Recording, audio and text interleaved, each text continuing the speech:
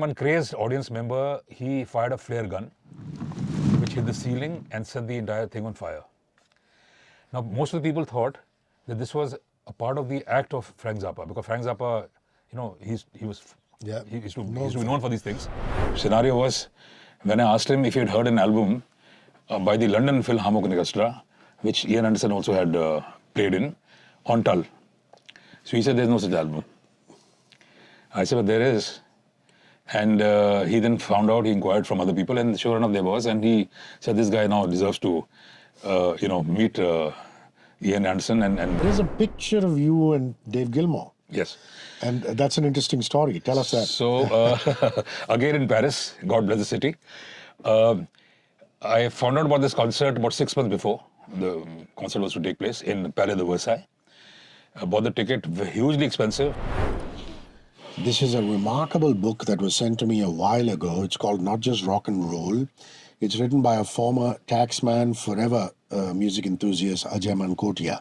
Ian Anderson, the legend from Jethro Tull, writes, a knowledgeable and nostalgic look at the more acceptable face of rock music as it spread around the globe in search of not an empire, but a second homecoming.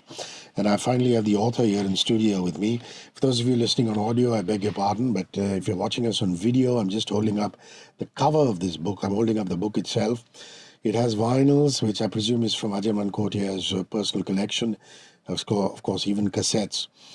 A book that basically talks about not just musicians that he has met and hung with, but albums that have inspired him, the journey that he has undergone as a music enthusiast, even small nuggets like concerts he's attended, how vinyl is really the most beautiful experience for him. And through the course of the next half to 1 hour, we're going to get into the mind of Ajay Mankotia. Thank you very much for rolling by. I know you're a Delhi resident. This program, though it's playing in Delhi, is taped in Mumbai, and you were kind enough to make a plane not to watch your favorite rock band, which you would have done in any case, but to meet a radio presenter, and I'm very honored. No, it's a great privilege for me to be here, and you, of course, are a legend in the FM world, and I always admire your programs and the way you conduct them and your immense knowledge that you bring to the table. And finally, I'm here before you. It's a great honor. Wonderful. Ajay is not a first-time writer, mind you. You know, he's also written Bollywood Odyssey, which is a very interesting book, but we digress. We're going to stick to this book for the purposes of this particular interview. I want to start with the fact that Ian Anderson from Jethro Tull and yourself have an abiding friendship. He's written a wonderful preface to this book, and really at strategic points in the book, you bring up references to not just Tull, their music, Ian's playing on one foot the flute, how their sound has changed, even intricate details like the cover of Thick as a Brick, which is a newspaper.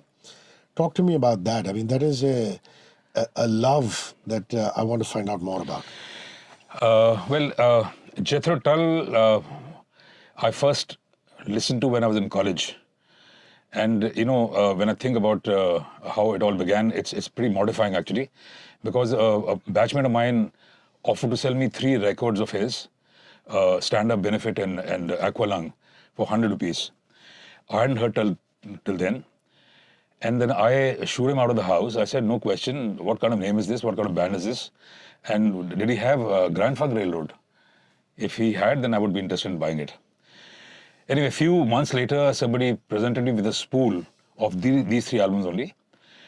And I started listening to it.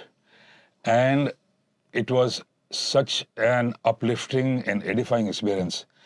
I just couldn't believe that I'd actually rejected those 3 albums earlier. And then I was hooked for life. It was, of course, an acquired taste. It wasn't happening instantly. It didn't happen overnight. But over the next few months, it just, dug its claws so deep into my soul that I said, this is it. Yeah. This is music. This is the way it has to be. And I was then an addict for life. And then I started seeking out their other records. Of course, Tull was not available in India. So friends going abroad or uncles going abroad, picking up a record from there, or somebody in India having it and then taping it. Of course, those days, There was no technology, so they would play the cassette on their cassette recorder, and I would place my cassette recorder in front of theirs, and then record it, in the most rudimentary fashion imaginable. But the sound came through, and so did the music, and it was just absolutely wonderful. And so that's how this thing began, the love affair with Jethro Tull. I listened to all the albums by and by, sometimes seeking the albums out, sometimes by sheer serendipity. I remember sleeping in a friend's dormitory in Shimla, and when at 2 o'clock I heard the strains of there's that song White Duck on the Wall from Minster in the Gallery. It was absolute, and the first strum of the guitar, and it's Ian Anderson. And I'd gone to attend a winter festival at Bits Pilani, and all their events used to take place in the night.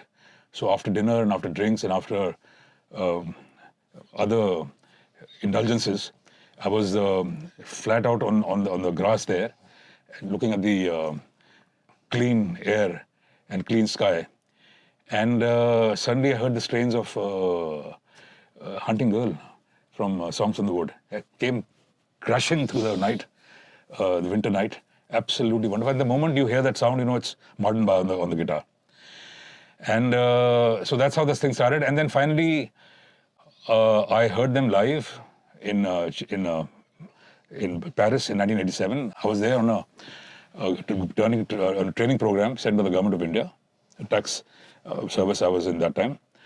And I heard about this particular live show in the Zenith in Paris, and they were promoting their this album called Crest of a Knave, and 87. And we arrived about 5 hours before the program, and I had also taken along some other Indian batchmates of mine who had also got converted by then. And we were told that tickets are not numbered. We could be seated anywhere. So we said this is not going to happen this way, because this is, after all, 15-year or long journey, and then we finally now seeing him alive. So we have to meet him properly and sit properly.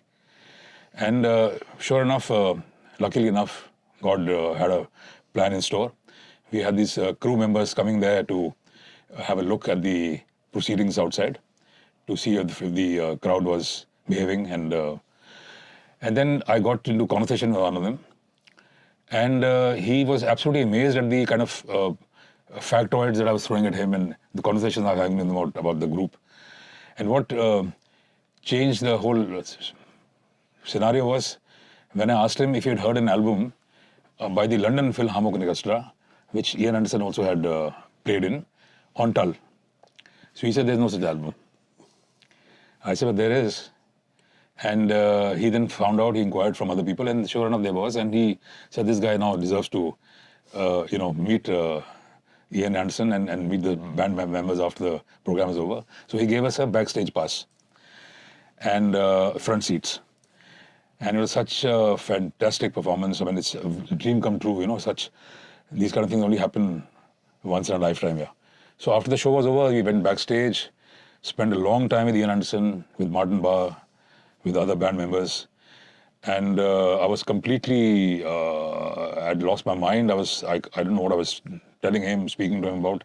But he understood a deranged disciple when he saw one. Must have been so many he dealt with. And so that was the experience I had that time. And of course, over the years, met him in Bombay a few times, had a press conference, questions with him. Met him many times after the shows in India and abroad. So I wouldn't say he's an abiding friend of mine, but he knows who I am, and he therefore understood that this guy deserves, a mention in the book.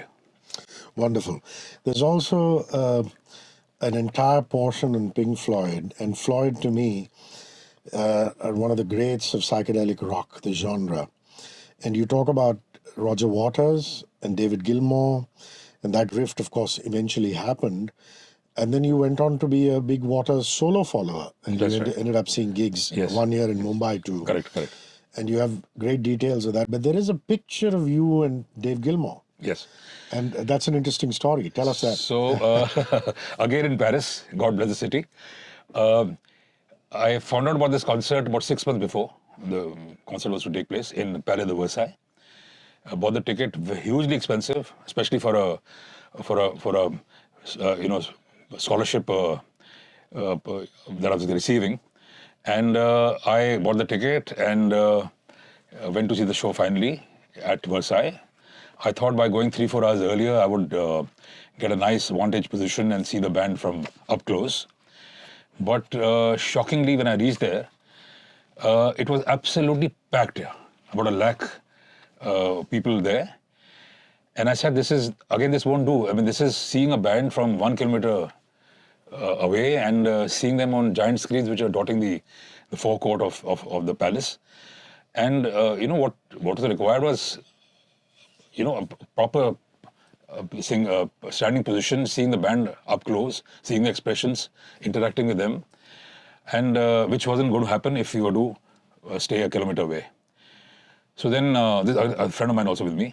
So then we went all around the circumference to the rear gate of the stadium, and which was meant for the crew and the band members and other associated with the group and the show.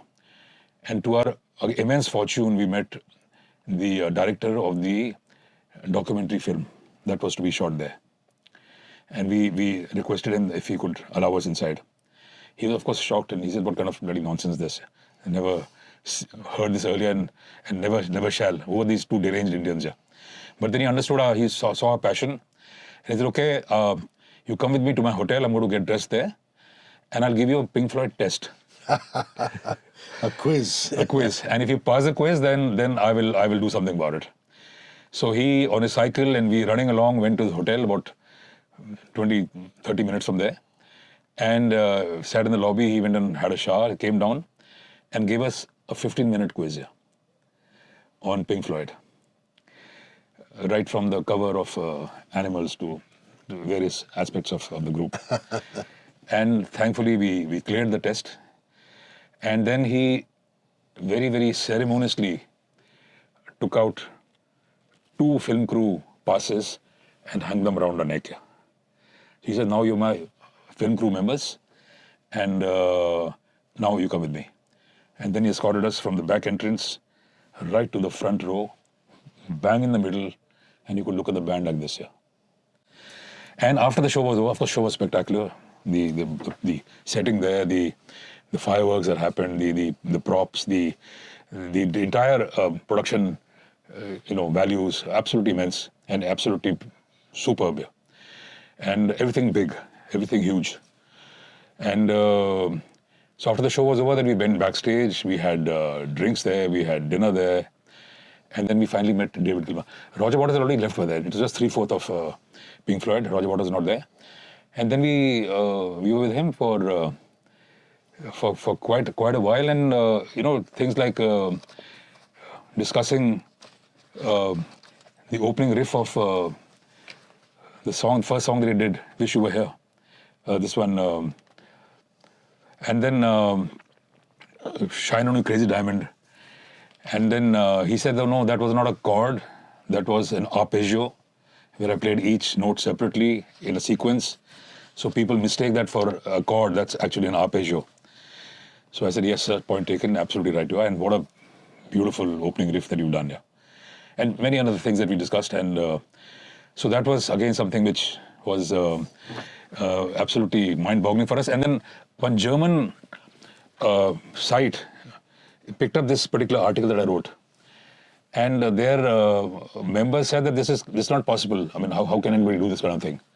And then they finally concluded, no, the photograph is genuine. What he's said is also appears to be true, and there was a documentary made. So it's all factual. Beautiful. For those of you who've just joined us listening, watching Not Just Rock and Roll by Ajay Mankotia is on all on-ground as well as online stores. Please go get it. It's really a lifelong rock fan and concert junkie, giving all his treasure trove of memories for you guys. If you're rock aficionados, this is not just a book, but it's really a backstage pass to music royalty. I'm going to come to Deep Purple. And indeed, I've been to the Montreux Jazz Festival, which you could argue is no more just jazz, because when the year I went, I saw Sting, Dido, Sean Paul. You know, Sting is reggae, rock, pop. Dido is pure pop, and Sean Paul is a reggae artist. Correct, absolutely right. So no more is it a pure jazz festival, but I just loved it. You know, the fact that it's by the lake, you can buy jazz notes as opposed to regular money and see these amazing artists. And you tell the story of Deep Purple, and indeed, Smoke on the Water starts it with "We all came down to Montreux." So Lake beneath the sun. Yeah, and it talks about Frank Zappa and a fire that happened Yeah. in the casino there. Correct. And eventually, you know, Freddie Mercury, Queen, they loved Montreux. Correct. He had They settled down there. recorded there, they settled there. Deep Purple loved Montreux. Yes. So talk to me about Deep Purple, because there are lots of, for those of you who love pictures, many pictures of Ajay Mankotia with not just Ian Anderson, David Gilmour that I mentioned, Ian Anderson from Jethro Tull, David Gilmour from Pink Floyd, but also individual band members of Deep Purple. And I've seen Purple play in Bangalore, in Bombay. I just can't get enough of them. I saw them as early as last year in Bandland, which is a rock festival. And they're still going strong, 75 plus. Absolutely. In fact, most of the band is still going strong, Yeah. including Tull. So, Deep Purple were to record the Machine Head album in Montreux. They'd already hired the Rolling Stones mobile studios.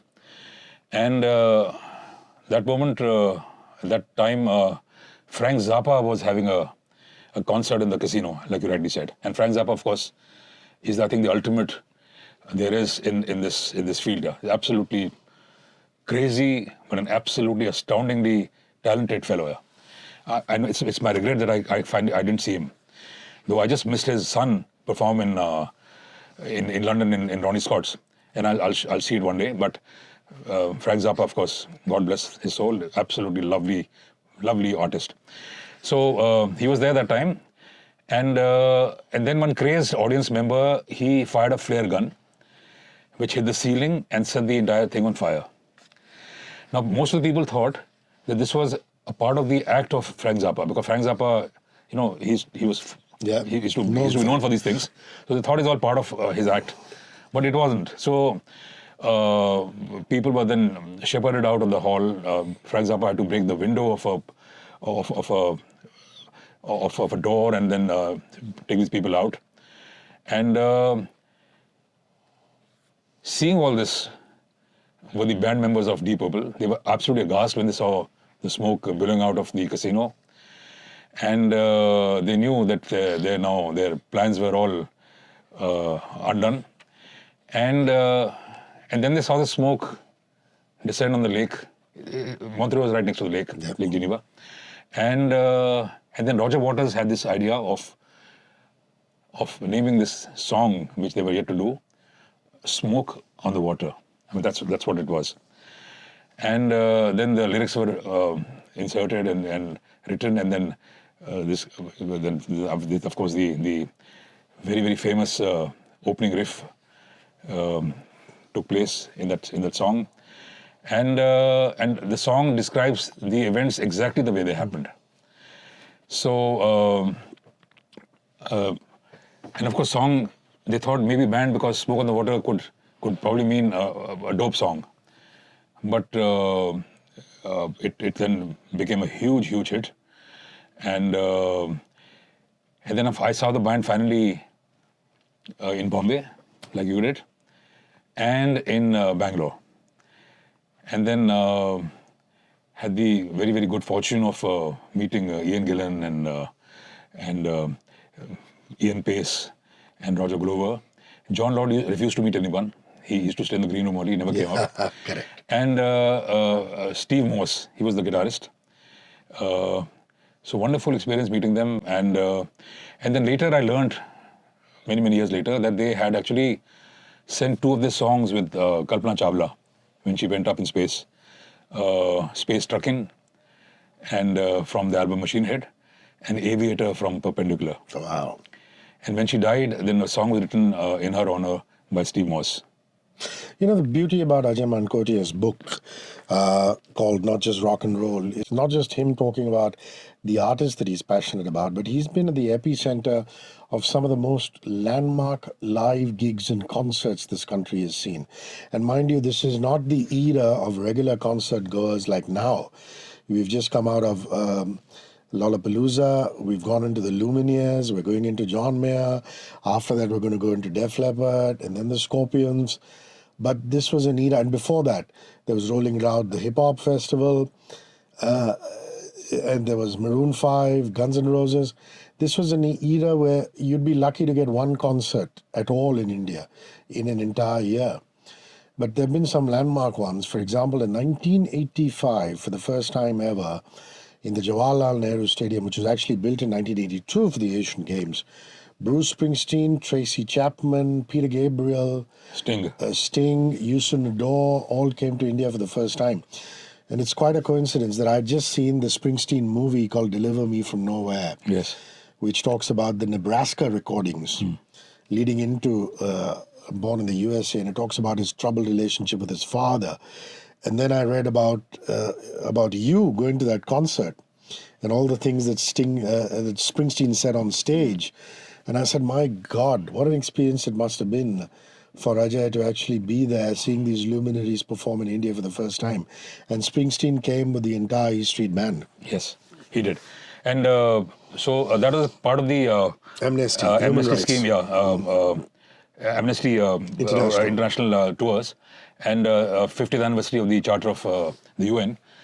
And so the first controversy that took place was the fact that it was being sponsored by one very venerable newspaper, their 150th anniversary. And so the focus was on the anniversary rather than the underlying theme of the tour, which was the Amnesty International and Human rights. So he took objection to that, Bruce Springsteen. Okay, we haven't come here for a birthday party. We've come here for a very serious purpose. So that is the first thing that he said. And the other thing that struck me was, which later I realized, that there are so many songs which have become so popular in the history of rock music, which are misunderstood, which people have no clue as to their real meaning. Now, for example, Born in the USA, people think it's a patriotic song, it's a feel-good song, it's a song which makes you salute and stand up and fight for your country, but it's a song which is much more than that. It's about a Vietnam veteran coming back from the war and being totally disgruntled and absolutely shattered by what he sees, by the kind of reception he receives, by kind of the way that he's treated, and the wide gulf between what is and what should be. A wide gulf between the reality as portrayed and what it actually is. So this was the message that he wanted to convey in the song, that it's fine, you die for your country, you salute for your country, but the country also needs to do something for you. So this was the message of the song, which is not understood actually by a large number of people. And just on the same theme, for example, Summer of '69, again misunderstood. Or the Sting song, Watching You, misunderstood. So these are songs which, and they of course later clarify that this is not what they meant and this is the way it should be. Summer of '69, for example, he says it's got nothing to do with the year. Correct. Oh. I'm going to come to the Beatles now, and interesting that you would have, again, portions of your book devoted to the Fab Four. The first, of course, is the epoch-making Sgt. Pepper's Lonely Hearts Club, and you talk about how the band at that time was on hallucinatory drugs. The cover, and you go on to fascinatingly describe the cover. And then you're absolutely right. Till then, music was only about dancing. You put on a record and you danced. people started listening to music when they put on the Sgt. Pepper's Lonely Hearts Club. And then you contrast it to the White Album, which was completely stark. It was just plain white and the band name on it. And in effect, it went to number one on both sides of the Atlantic. And then you transition to the famous Mahesh Yogi ashram visit, which was really their last coming together as a band. So there was a first coming together in the streets of Hamburg, Yes. in the Sex District, Yes. in a what a lot of people would call the sleazy district, and the Bye-Bye in a spiritual district. In a pub called Indira. Indira, yes. In Hamburg. I've been on that trail. I've yes. been on that Beatles trail. In fact, the only reason I wanted to go to Hamburg, and my wife was quite livid with me, saying, why can't we go to the Black Forest and other more scenic paths? Yes. I said, but I have to do the Beatles tour in Hamburg. Yes. You know? And So I don't regret you've it. seen the strawberry fields in the New York Central No, Park? unfortunately Just not. in front of Dakota building. Dakota, Yeah. you mentioned that. You That's- say yeah.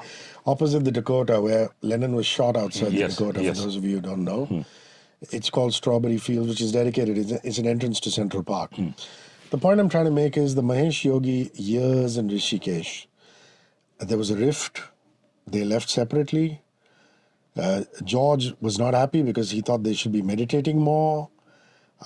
Paul thought they should be making more music. They did make a lot of music, and they left in a huff because there were rumors. Ultimately, those rumors proved to be false, and then they apologized. But interesting, and those caves are just lying there, but I believe now the government is trying to do something about it, make it a tourist destination. Yes. But your own experiences with the Fab Four? So, well, I haven't seen them. They had split in 1970. So, but I've seen the ashram, and the ashram, it's such a pity that the ashram is totally dilapidated and is gone to seed. Forest has taken over. It's like a lost, civilization, and you come across the old buildings and old ruins. However, the igloos are still in good condition, and one of the igloos where the Beatles also stayed and meditated has their graffiti of the songs and pictures on the wall. Then what happened in 50 years of their coming to Rishikesh, there was a program held in Rishikesh in which a band from UK also came and played. And then a realization then dawned in that, yes, this is a very, very rich, valuable musical legacy which can't be allowed to go to seed. We must do something about it. Any other country would have done it. It's such a valuable thing. See Graceland. Yep. So, and this is equally, if not more vital. And then when this G20 meetings took place in India, one meeting was held in Rishikesh, and some of the members expressed a desire to see the ashram. That time, the government then got serious. That we must, now start renovating it, cleaning it up, and making it pristine, and and reflect the ethos and the character that used to be here in 1968 when the Beatles visited. So it's happening now. They're very serious about restoring it, and very good for the music enthusiasts. Now people don't know that they composed a song called Dehradun and Rishikesh, the Beatles, which was it's such an honor for the country. Yeah, and if you do explore the recordings that they've done in Rishikesh, you'll realize that this is really beating closer to. I mean, there's a song on the Maharishi himself. Yeah. There's a song on a famous actress, Mia Farrow, whose sister was there. Yes. Really very interesting things which will give you an idea of what they were going through in Rishikesh. Regarding this, the Maharishi, because of the allegations of him not being appropriate with Mia Farrow, yeah. Lennon composed a song called Sexy Sadie, based on this particular incident. And but later, of course, they realized that it was all unfounded, and they apologized to him. Yeah. The thing is that when you have a career as diverse as yours, where you've explored so many musicians, their music, their ups, their downs. You know, you begin to understand that your purpose in life was to be an aficionado of music, not necessarily a musician. I want to know why you still feel vinyl is the warmest form of music, when these days kids don't even know what vinyl is, though it is coming back in a big way. It is coming back in a big way. Digital downloads are in, Yes. CDs are passé. Yes. Talk about your love affair with vinyls. So vinyls, of course, was the way we listened to music when I was in college. CDs came, cassettes came thereafter, and then CDs finally thereafter. And of course, now it's downloads and now it's Spotify. You know, the thing is that the ritual built around surrounding the playing of vinyl is such a endearing one which forces you to invest in the music. You take out the album from the cover, you use the static brush, you lay it gently on the turntable, you place the stylus on the first song. After that, you have no option but to sit back and listen to the thing from beginning to the end. You can't keep switching music in between.